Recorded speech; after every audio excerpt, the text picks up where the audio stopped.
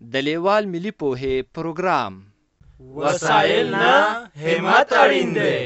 د ټکنالوژۍ په مرسته زده کړه په هر کور، هر ځای، هر وخت او هر عمر کې پرته له ښوونکي او ښوونځي. ګرانو ستړي مه شئ، کتاب مو راواخلئ. دا د کتاب مخ دی. دا شنه ونه ګورئ،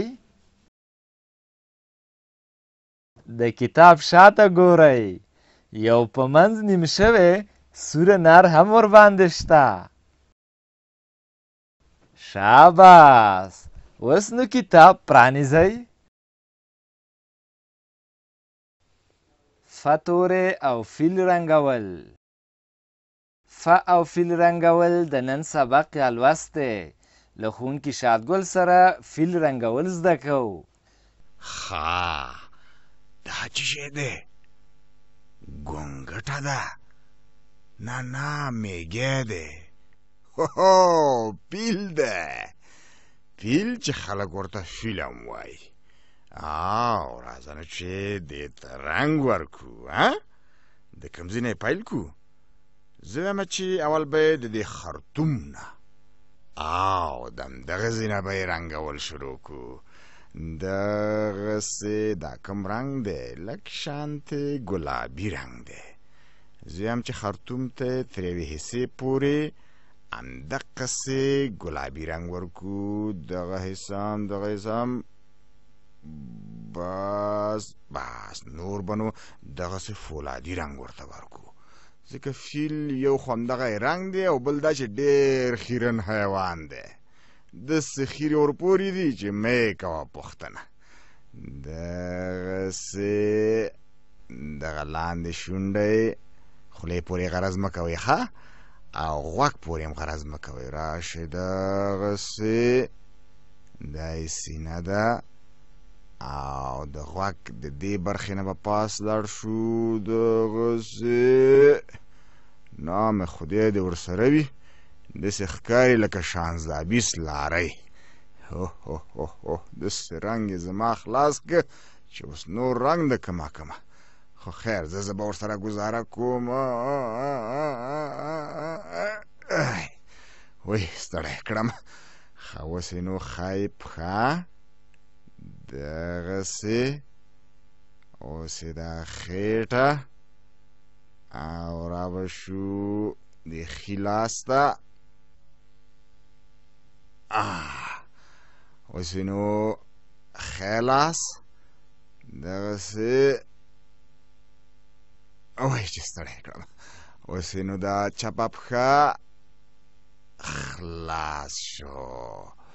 ښه پاتې شو غوږ. غوږ ته به هم د خرطوم په شان رنګ ورکړو که نه؟ دغسې احتیاط به لږ کوئ چې د غوږ نه اخوا ونه وځئ. بس بل غوږ یې وشو. اوس نو پاتې شوه خوله. دغسې به یې سره کړو. څومره ښکلې ښکاري. ښه اوس به یې نو دغه لکۍ ته رنګ ورکړو. دغسې پاتې شوه نوکان. نوکانو ته هم لږ خړ رنګ ورکوو که نه؟ ځکه دا خو نو ډېر بې احتیاطه حیوان دی، خپل نوکان ډېر چټلی. دغسې دا بل نوک. نوکان نه دي، سمې درغنې دي. دغسې پاتې شو دغه بله پښه یې. بس او سترګو ته یې لږ رانجې ونه کړو. راځه نو راکه دا سلایي. پیلجانه پام، دا یوه دایم بله. زه یمه چې خلاص شو نو کوم. وه پیل ماما ستړی مه شې.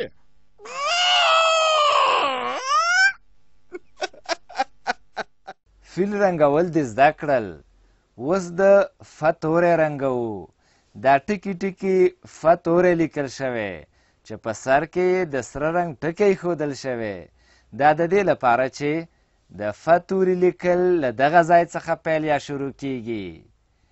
د ف توري پیل له همدغه ځای څخه کیږي. د ف توري ته ف هم وایي.